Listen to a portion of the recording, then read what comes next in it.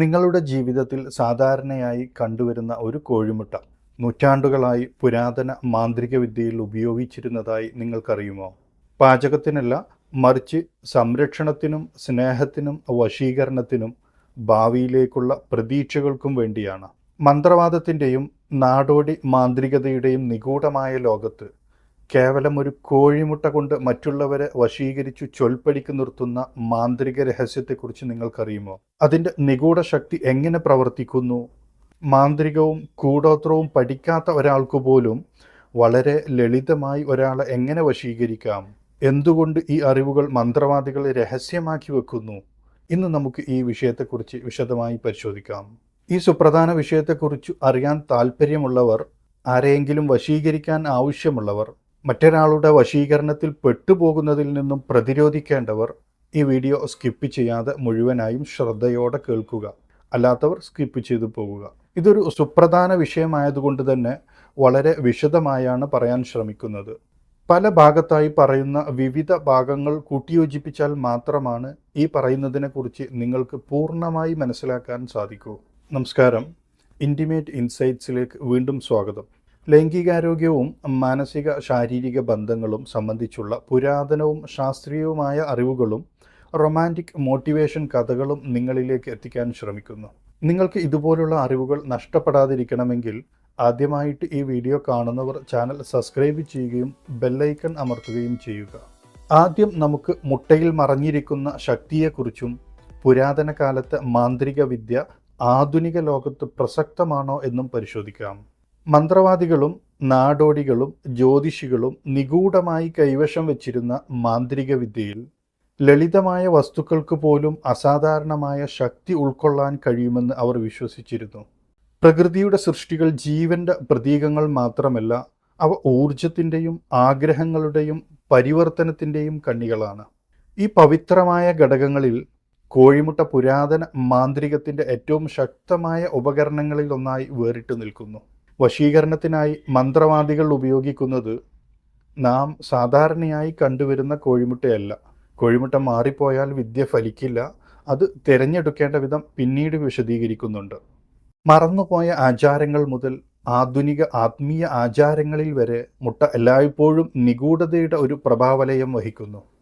മന്ത്രങ്ങൾ, ആചാരങ്ങൾ, അദൃശ്യമായതിനെക്കുറിച്ചുള്ള ആഴത്തിലുള്ള ധാരണ എന്നിവ രൂപപ്പെടുത്തുന്നതിന് പാരമ്പര്യവും ഊർജവും ഇഴചേർന്ന് പ്രവർത്തിക്കുന്ന കോഴിമുട്ടയുടെ സംരക്ഷണ ശക്തിയെക്കുറിച്ച് ആദ്യം മനസ്സിലാക്കാം. നൂറ്റാണ്ടുകളിലും നാഗരികതകളിലും ഇരുട്ടിനെതിരെയുള്ള ഒരു കവചമായി മുട്ടയെ കണ്ടിട്ടുണ്ട്. മുട്ടയോ മുട്ടത്തോടുകളോ സംരക്ഷണത്തിനും നെഗറ്റീവ് എനർജികളിൽ നിന്നുള്ള സംരക്ഷണത്തിനും പൗരാണികർ ഉപയോഗിച്ചിരുന്നു. പല പുരാതന വീടുകളിലും വാതിലുകൾക്കോ ജനാലകൾക്കോ മുകളിൽ മുട്ടത്തോടുകൾ തൂക്കിയിടുന്നത് ദുരാത്മാക്കളെയും നെഗറ്റീവ് ശക്തികളെയും അകറ്റാൻ ഒരു പ്രതിരോധമായി പ്രവർത്തിക്കുമെന്ന് വിശ്വസിച്ചിരുന്നു. ആധുനിക കാലത്ത് മന്ത്രവാദത്തിലും ഈ പാരമ്പര്യം നിലനിൽക്കുന്നു. ആധുനിക മന്ത്രവാദത്തിൽ ശുദ്ധീകരിക്കാനും സംരക്ഷിക്കാനും ഇപ്പോഴും മുട്ടയുടെ പ്രതീകാത്മക ശക്തി ഉപയോഗിക്കുന്നു. ചിലർ അവരുടെ വീടിൻ്റെയോ സ്വത്തിൻ്റെയോ 4 കോണുകളിലും ചുറ്റും സംരക്ഷണം സൃഷ്ടിക്കാൻ മുട്ടത്തോടുകൾ കുഴിച്ചിടുന്നു. മുട്ടയുടെ സ്വാഭാവിക ആകൃതി മിനുസമാർന്നതും പൂർണ്ണതയുള്ളതും പ്രതിഫലിപ്പിക്കുന്നതും ആകയാൽ ദോഷകരമായ വൈബ്രേഷനുകളെ പിടിച്ചു നിർത്തുകയും അനാവശ്യ സ്വാധീനങ്ങളെ വ്യതിചലിപ്പിക്കുകയും ചെയ്യുമെന്ന് വിശ്വസിക്കപ്പെടുന്നു. സംരക്ഷണം എന്നത് ആക്രമണത്തെക്കുറിച്ചല്ല, മറിച്ച് സന്തുലിതാവസ്ഥയെക്കുറിച്ചാണെന്ന് അതിൻ്റെ ദുർബലത നമ്മെ ഓർമ്മിപ്പിക്കുന്നു. ഇരുട്ടിനെ അകറ്റി നിർത്തുമ്പോൾ ഉള്ളിൽ വെളിച്ചം നിർത്തുക എന്നതാണ്. ഒരു മന്ത്രവാദി പറയുന്നു, ഇപ്പോൾ നിങ്ങൾ ചിത്രത്തിൽ കാണുന്ന ഈ ചക്രം ഒരു ഓലമേൽ എഴുതുക. നിങ്ങൾ ചിത്രത്തിൽ കാണുന്നത് കോഴിമുട്ടയിൽ എഴുതിയതാണ്. എന്നാൽ കോഴിമുട്ടയിൽ എഴുതുമ്പോൾ പേന കൊണ്ട് എഴുതണം. പക്ഷേ സാധാരണ മഷി കൊണ്ടുള്ള പേന പറ്റുകയുമില്ല. അതിന് പ്രത്യേക ഔഷധക്കൂട്ടുകൊണ്ട് തയ്യാറാക്കിയ മഷി ഉപയോഗിച്ച് അത് എഴുതുന്ന പേന കൊണ്ട്, അല്ലെങ്കിൽ മുള കൊണ്ട് തയ്യാറാക്കിയ പേന ഉപയോഗിച്ച് എഴുതണം. അത് എല്ലാവർക്കും പ്രായോഗികമല്ലാത്തത് കൊണ്ടാണ് ഓലമേൽ എഴുതാൻ പറഞ്ഞത്. സാധാരണ തെങ്ങിൻ്റെ ഓലയിലല്ല എഴുതേണ്ടത്. ജാതകമൊക്കെ എഴുതാൻ ഉപയോഗിക്കുന്ന പനയോലയിലാണ് എഴുതേണ്ടത്. ശേഷം കർപ്പൂരം, ചന്ദനം, ഗോരോചന, വെഴുകിൻ പുഴു, വെള്ള എരുക്കിൻ്റെ വേര് ഇവ പനിനീരിൽ നല്ലപോലെ അരച്ചു പുരട്ടി ആകർഷിക്കേണ്ട സ്ത്രീയുടെ പേരും മാതാവിൻ്റെ പേരും എഴുതുക. പിന്നീട് പ്രാണപ്രതിഷ്ഠാദികൾ ജപിച്ച് പഞ്ചാലങ്കാരം പൂജിച്ച് ഏലസാക്കി അരയിൽ കെട്ടിവെക്കുക. ഏത് സ്ത്രീയാണെങ്കിലും പുരുഷനാണെങ്കിലും അവരോട് ആകർഷണം തോന്നും. ഇത് നിരവധി പേർക്ക് പരീക്ഷിച്ച് വിജയം കണ്ടതാണെന്നും ഉറപ്പുള്ളതാണെന്നും മന്ത്രവാദി പറയുന്നു. എന്നാൽ ഒരു സാധാരണക്കാരനായ വ്യക്തിയാണ് ചെയ്യുന്നതെങ്കിൽ ശ്രദ്ധിക്കേണ്ട കാര്യം, നിങ്ങൾ മനസ്സ വാച കർമ്മണ ശുദ്ധനായിരിക്കേണ്ടതും മദ്യവും ലഹരിയും ഉപയോഗിക്കാത്തവനും ശരീരത്തിൽ ഏതെങ്കിലും തരത്തിലുള്ള നെഗറ്റിവിറ്റി ഇല്ലാത്തവനും വ്രതശുദ്ധിയുള്ളവനുമായിരിക്കേണ്ടതുമാണ്. ഇതുകൂടാതെ കോഴിമുട്ടയിൽ ചെയ്യുന്ന രീതിയെക്കുറിച്ച് പിന്നീട് പറയുന്നുണ്ട്. അത് മാത്രമല്ല, വാത്സ്യായനൻ പറഞ്ഞ വശീകരണ വിദ്യയും പിന്നീട് പറയുന്നുണ്ട്. കോഴിമുട്ട മാത്രമല്ല, എല്ലാ മുട്ടയും എപ്പോഴും ജീവിതത്തെയും ജീവനെയും പ്രതിനിധീകരിക്കുന്നു. കാരണമായി പറയപ്പെടുന്നത് ഒരു മുട്ട എപ്പോഴും പുതിയ ഒന്നിന് ജനനം കൊടുക്കാൻ പ്രാപ്തമായിട്ടുള്ള ഒന്നാണ്. പുരാതന വിത്തുൽപാദന ആചാരങ്ങളിൽ മണ്ണിനെ സമൃദ്ധമായി അനുഗ്രഹിക്കുന്നതിനായി മുട്ടകൾ പൂന്തോട്ടങ്ങളിൽ കുഴിച്ചിട്ടിരുന്നു. ഇത് സമൃദ്ധമായ വിളവെടുപ്പിന് കാരണമാകുമെന്ന് കർഷകർ വിശ്വസിച്ചു. അതേസമയം മന്ത്രവാദികളും നാട്ടുവൈദ്യന്മാരും പ്രത്യുൽപാദനക്ഷമത, സർഗാത്മകത, വ്യക്തിപരമായ പുനർജന്മം എന്നിവ പ്രോത്സാഹിപ്പിക്കുന്നതിനായി ആചാരങ്ങളിൽ മുട്ടകൾ ഉപയോഗിച്ചു. ഭാരതീയ വൈദ്യത്തിൽ മുട്ടത്തോട് ഉപയോഗിച്ചുള്ള ഔഷധങ്ങൾ ഇപ്പോഴും തയ്യാറാക്കുന്നുണ്ട്. മുട്ടത്തോട് ഉപയോഗിച്ചുണ്ടാക്കുന്ന ഒരു ഭസ്മമാണ് ഇപ്പോൾ നിങ്ങൾ സ്ക്രീനിൽ കാണുന്ന കുഷ്ത ബൈസാമുർഗ് എന്ന ഔഷധം. ഇതുപയോഗിച്ചുണ്ടാക്കുന്ന ഒരു ഗുളികയാണ് ഇപ്പോൾ നിങ്ങൾ സ്ക്രീനിൽ കാണുന്ന കുർഷ് കുസ്ത ബൈസാമുർഗ് എന്ന ഔഷധം. ഇത് ബീജോൽപാദനം വർദ്ധിപ്പിക്കാനുള്ള വളരെ നല്ല ഔഷധമായി ഭാരതീയ ആയുഷ് മന്ത്രാലയത്തിന് കീഴിലുള്ള ഡോക്ടർമാർ ഉപയോഗിക്കപ്പെടുന്നു.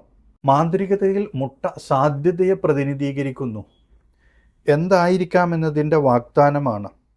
അതിൻ്റെ മിനുസമാർന്ന പുറന്തോട് ദുർബലതയും ശക്തിയും ഉൾക്കൊള്ളുന്നു.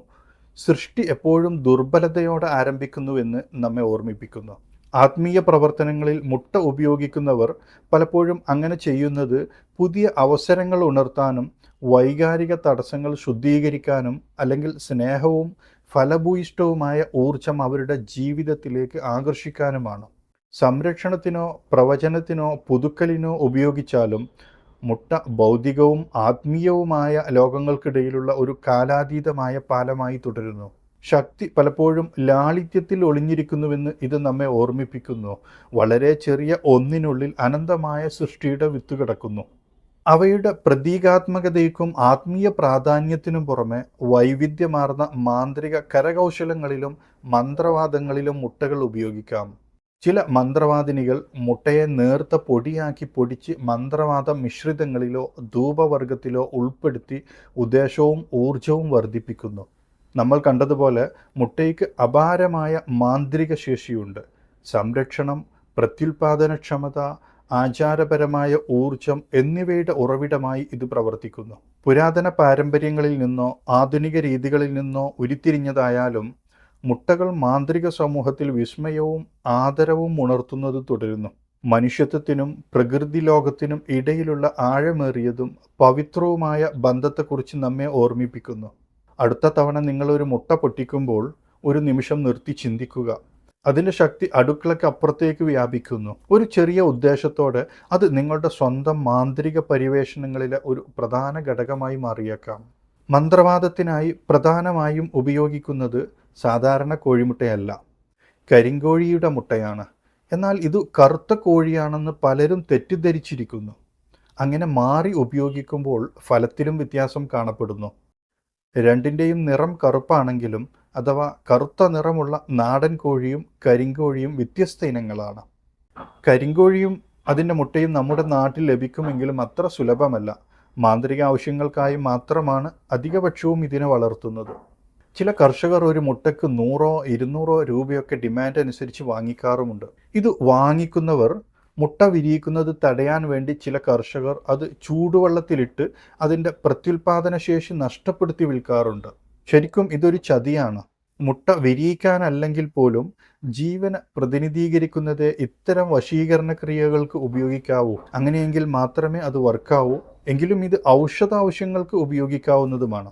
കോഴിമുട്ട ഉപയോഗിച്ചുള്ള മാന്ത്രിക വശീകരണ ക്രിയകൾ നിങ്ങൾക്ക് മനസ്സിലാക്കുന്നതിന് വേണ്ടി ഒരു കഥാരൂപത്തിൽ വിവരിച്ചു തരാം.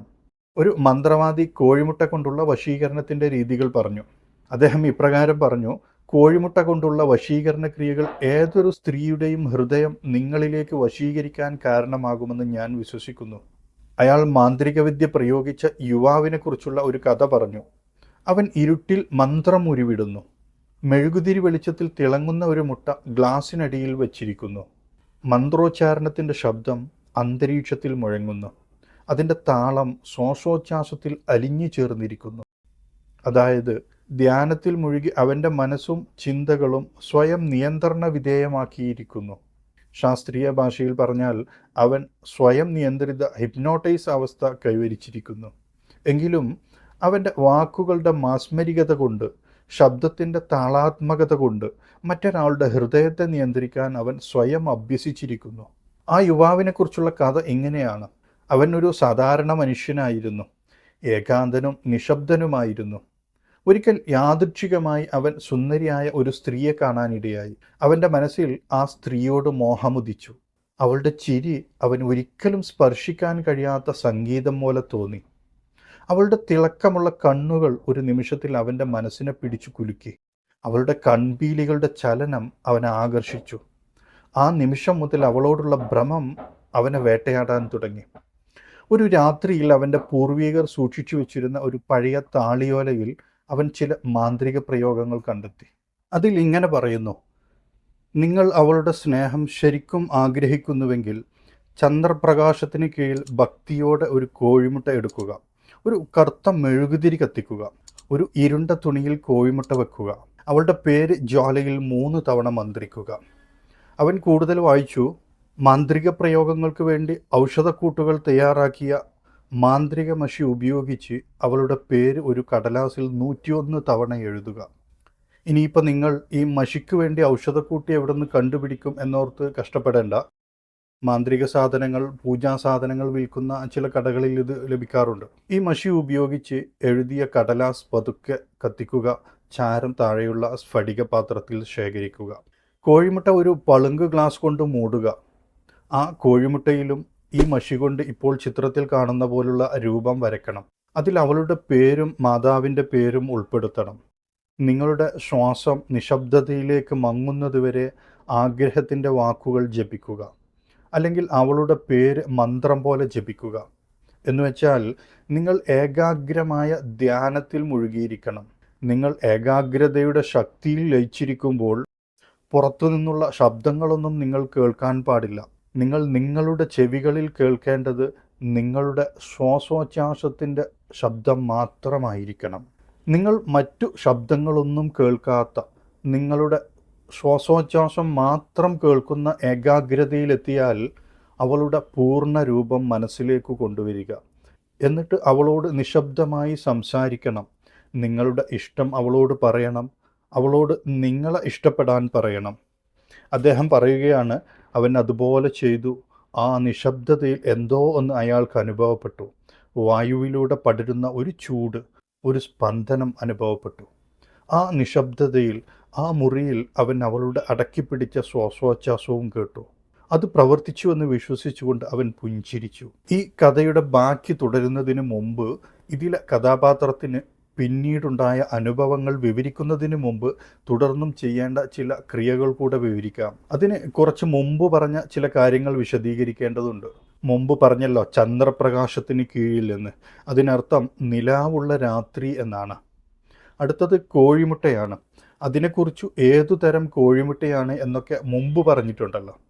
മറന്നുപോയെങ്കിൽ കുറച്ച് പുറകിലോട്ട് പോയി ഒന്നുകൂടെ കേൾക്കുക.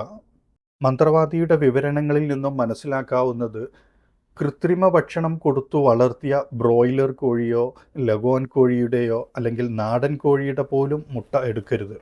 എന്നാൽ ചില മന്ത്രവാദികളും ജ്യോത്സ്യരും പറയുന്നത് സമ്പൂർണ്ണമായി കറുത്ത കോഴിയുടെ മുട്ട ഉപയോഗിക്കാമെന്നാണ്. ഒരുപക്ഷെ ഇതൊരു സബ്സ്റ്റിറ്റ്യൂട്ടായി പറഞ്ഞതായിരിക്കാം. മാന്ത്രിക കർമ്മങ്ങൾക്കും ഔഷധ ഗുണങ്ങൾക്കുമായി ഉപയോഗിക്കുന്ന കരിങ്കോഴിയുടെ മുട്ട തന്നെയാണ് എടുക്കേണ്ടതെന്ന് ബഹുഭൂരിപക്ഷം ആളുകളും പറയുന്നു. അതിനുശേഷം കുറച്ചു മുമ്പ് കഥയിൽ പറഞ്ഞ കടലാസ് കത്തിച്ച ചാരവും കോഴിമുട്ടയും എടുക്കുക. അതായത് ഏകാഗ്രതയോടെയുള്ള ധ്യാനത്തിനും മന്ത്രോച്ചാരണത്തിനും ശേഷം ചാരവും കോഴിമുട്ടയും എടുത്ത് ഒരു സ്ഫടിക പാത്രത്തിൽ അല്ലെങ്കിൽ കുശവന്മാർ നിർമ്മിച്ച മൺപാത്രത്തിൽ സ്ഥാപിച്ച് ഒരു മുറിയിൽ വെക്കുക. പരമാവധി 40 ദിവസം വരെയേ ആവശ്യം വരികയുള്ളൂ. ഈ വെക്കുന്നതിന് ഔഷധക്കൂട്ട് കൊണ്ട് തയ്യാറാക്കിയ മിശ്രിതം പുകക്കണം. പുകയ്ക്കാൻ ഉപയോഗിക്കുന്ന ഔഷധക്കൂട്ടിനെ കുറിച്ചു വാത്സ്യായനൻ ഇപ്രകാരം പറയുന്നു: ശൃംഗിവജ യുവതി സർജരസം സമാനം കൃത്വാ ത്രുടിം മലയജം ച ഷഡേവ മിശ്രം യോ ധൂപയേർനി ജഗൃഹം വസനം ശരീരം തസ്യാപിദാസ ഇവ മോഹമുപൈതി ലോകഃ. കർക്കിടക ശൃംഗി, വയമ്പ്, മഞ്ഞൾ, ചെഞ്ചല്യം, ഏലത്തരി, ചന്ദനം ഇവ 6ഉം സമം ചേർത്ത് പൊടിയാക്കി തീക്കനലിലിട്ട് പുകയ്ക്കുക. ഈ പുക കോഴിമുട്ട സൂക്ഷിച്ചു വെച്ച പാത്രത്തിൽ ഏൽപ്പിക്കുക. കൂടാതെ വീട്ടിലും ശരീരത്തിലും വസ്ത്രത്തിലും ഏൽപ്പിക്കുന്നത് സർവ്വ അവശ്യമായിരിക്കും. മറ്റൊരു ഔഷധക്കൂട്ട് ഇപ്രകാരം പറയുന്നു: ശ്വേതാർക്ക കുഷ്ഠമലയോദ്ഭവ കുമ്മാമ്പു ദേവദ്രുമാ ഗരുഗ ജൈരിഹ സംചിതോയം ചിന്താമണിർനിഗദദിത കലുധൂപയേഷ സന്തോഷയന്നഖിലമേവ വശം കരോതി.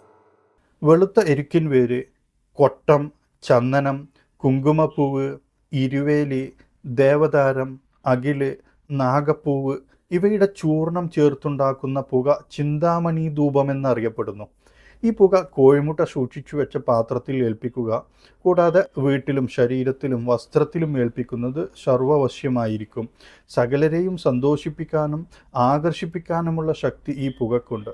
ഓർക്കുക, ഇത്തരം കഥകളും അറിവുകളും മന്ത്രവാദികളും വൈദ്യന്മാരും നാടോടികളും നമുക്ക് പറഞ്ഞു തന്നിട്ടുള്ളത് ആർക്കെങ്കിലും എതിരെ ദുർമന്ത്രവാദം ചെയ്യാനല്ല. സ്വന്തം കുടുംബാംഗമോ ഭാര്യയോ പിണങ്ങിപ്പോയാൽ കുടുംബബന്ധം ചേർക്കുന്നതിനും സന്തോഷം നിലനിർത്തുന്നതിനുമായിരുന്നു. പക്ഷെ കാലം മാറി. മനുഷ്യഹൃദയങ്ങളിൽ നിന്നും സത്യവും നീതിയും അകലാൻ തുടങ്ങി. അപ്പോൾ ഇത്തരം കാര്യങ്ങൾ നീതിയും ന്യായവും നോക്കാതെ ആർക്കെതിരെയും ഏത് സ്ത്രീയെയും വശീകരിക്കാൻ പ്രയോഗിക്കാൻ തുടങ്ങി. അതുകൊണ്ട് തുടർന്ന് പറയാൻ പോകുന്ന കാര്യങ്ങൾ കൂടെ മനസ്സിലാക്കേണ്ടതുണ്ട്. ഇനി നമുക്ക് നേരത്തെ പറഞ്ഞു നിർത്തിയ കഥയിലേക്ക് തിരിച്ചു പോകാം.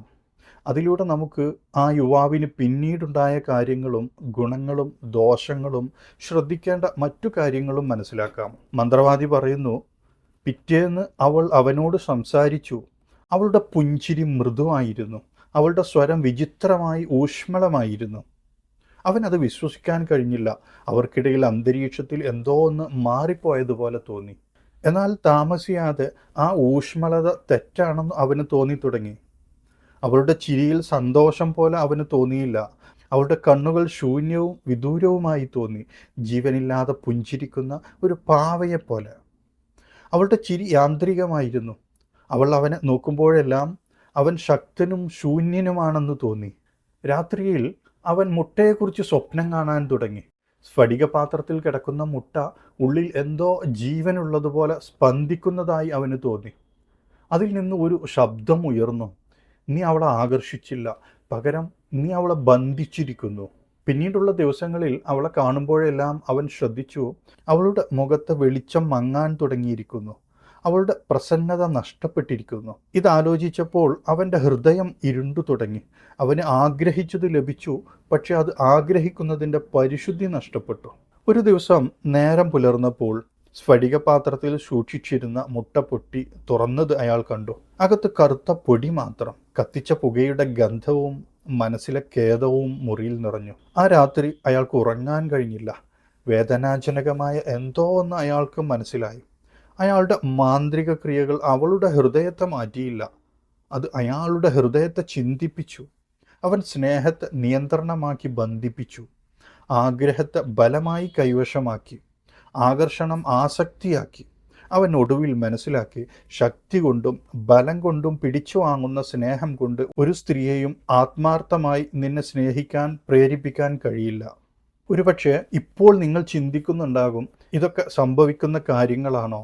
ഇങ്ങനെയൊക്കെ സംഭവിക്കുമോ? അതെ, ഇങ്ങനെയൊക്കെ സംഭവിക്കും എന്ന് ഞാൻ പറഞ്ഞാൽ നിങ്ങൾക്ക് തോന്നുന്നുണ്ടാകും അത് വല്ല ആഫ്രിക്കയിലോ മറ്റോ ആയിരിക്കുമെന്ന്, അല്ലെങ്കിൽ UP-യിലോ ബീഹാറിലോ ഒക്കെ ആയിരിക്കുമെന്ന്. അല്ല, നമ്മുടെ ഈ കേരളത്തിൽ സംഭവിക്കുന്നുണ്ട്. വശീകരണവും ഗുണങ്ങളും അതിൻ്റെ പ്രത്യാഘാതങ്ങളും എല്ലാം ഇവിടെയും നടക്കുന്നുണ്ട്. അതിനൊരു ഉദാഹരണം, പ്രണയവുമായി ബന്ധപ്പെട്ട പ്രശ്നങ്ങൾക്ക് ഇതുപോലുള്ള കാര്യങ്ങൾ ചെയ്ത ഒരു മന്ത്രവാദിനി പാലക്കാട് ജില്ലയിലുണ്ടായിരുന്നു. അവരുടെ പേരും കൃത്യമായ സ്ഥലവും ഞാൻ ഇപ്പോൾ പറയുന്നില്ല. അവർ ചെയ്ത മന്ത്രവാദം ഫലിച്ചു. ആ കുടുംബത്തിന് അവർ ഉദ്ദേശിച്ച ഫലവും കിട്ടി. പക്ഷേ മന്ത്രവാദിനിക്ക് പറ്റിയ ചെറിയൊരു അബദ്ധം, ചെറിയൊരു അശ്രദ്ധ പിന്നീടുള്ള കാലം അവരുടെ ജീവിതം തന്നെ നാശത്തിലാക്കിയ കഥ. ഇതൊരു കഥയല്ല, ഒരാളുടെ ജീവിതമാണ്. ഇതിനെക്കുറിച്ച് പ്രശസ്ത മാധ്യമ പ്രവർത്തകൻ അനിൽ മംഗലത്ത് വർഷങ്ങൾക്ക് മുമ്പ് മലയാളത്തിലെ പ്രശസ്ത ആഴ്ചപ്പതിപ്പിൽ വിശദമായി എഴുതിയിരുന്നു. പ്രണയത്തിലേക്കുള്ള കുറുക്കുവഴികൾ പലരും ഇപ്പോഴും തിരയുന്നു. മരുന്നുകൾ, മന്ത്രങ്ങൾ, ജ്യോതിഷ്യം, ഡിജിറ്റൽ മിഥ്യാധാരണകൾ പോലും. എന്നാൽ യഥാർത്ഥ ആകർഷണം ഒരിക്കലും ബലപ്രയോഗത്തിൽ നിന്നോ ഭയത്തിൽ നിന്നോ ജനിക്കുന്നതല്ല. അതാണ് ഞാൻ നേരത്തെ പറഞ്ഞത്. ഇത്തരം ക്രിയകൾ ഉപയോഗിക്കുന്നത് പരസ്പരം സ്നേഹിച്ചിരുന്ന ഭാര്യാഭർത്താക്കന്മാരോ കുടുംബാംഗങ്ങളോ തമ്മിൽ കൂട്ടിയോജിപ്പിക്കാനാണ്. സ്വാഭാവികമായും അവരൊന്നിക്കുമ്പോൾ മുമ്പുണ്ടായിരുന്ന സ്നേഹം തിരിച്ചു വരും. ഇത്തരം ക്രിയകളും ധ്യാനങ്ങളും ചെയ്യാനുള്ള മനസ്സും ധൈര്യവും നിങ്ങൾക്കുണ്ടെങ്കിൽ എന്തുകൊണ്ട് ഒരു സ്ത്രീയോട് നേരിട്ട് നിങ്ങളുടെ പ്രണയം പറഞ്ഞുകൂടാ? ഈ കഥ നിങ്ങളുടെ മനസ്സിൽ സ്പർശിച്ചെങ്കിൽ ഓർക്കുക, യഥാർത്ഥ പ്രണയത്തിന് മാന്ത്രിക വിദ്യ ആവശ്യമില്ല. സത്യസന്ധത, ക്ഷമ, വൈകാരിക ബന്ധം എന്നിവ ആവശ്യമാണ്. അങ്ങനെ നിങ്ങളുടെ വ്യക്തിജീവിതത്തിൽ കാതലായ മാറ്റങ്ങൾ വരുത്തി നിങ്ങളുടെ സ്വഭാവം കൊണ്ടും പ്രവൃത്തി കൊണ്ടും നിങ്ങൾ ഒരാളെ പ്രണയിക്കുക. അതിനുവേണ്ടി വ്യക്തിജീവിതത്തിൽ വരുത്തേണ്ട മാറ്റങ്ങളെക്കുറിച്ച് ഇതിനു മുമ്പും പല വീഡിയോകളും ചെയ്തിട്ടുണ്ട്, ഇനിയും ചെയ്യുന്നതുമാണ്. അത് മനസ്സിലാക്കി ജീവിതത്തിൽ പകർത്തുക. യഥാർത്ഥ പ്രണയം നിങ്ങളെ തേടി വരും. ഇന്നത്തെ വീഡിയോയിലെ വിവരങ്ങൾ നിങ്ങൾക്ക് ഇഷ്ടമായെങ്കിൽ ഈ വീഡിയോ ലൈക്ക് ചെയ്യാനും ഹൈപ്പ് ചെയ്യാനും ഷെയർ ചെയ്യാനും മറക്കരുത്. നിങ്ങളുടെ അഭിപ്രായങ്ങൾ കമൻറ്റ് ചെയ്യുക. ഇതുപോലുള്ള കൂടുതൽ വീഡിയോകൾക്കായി ഇൻറ്റിമേറ്റ് ഇൻസൈറ്റ്സ് സബ്സ്ക്രൈബ് ചെയ്യാനും മറക്കരുത്.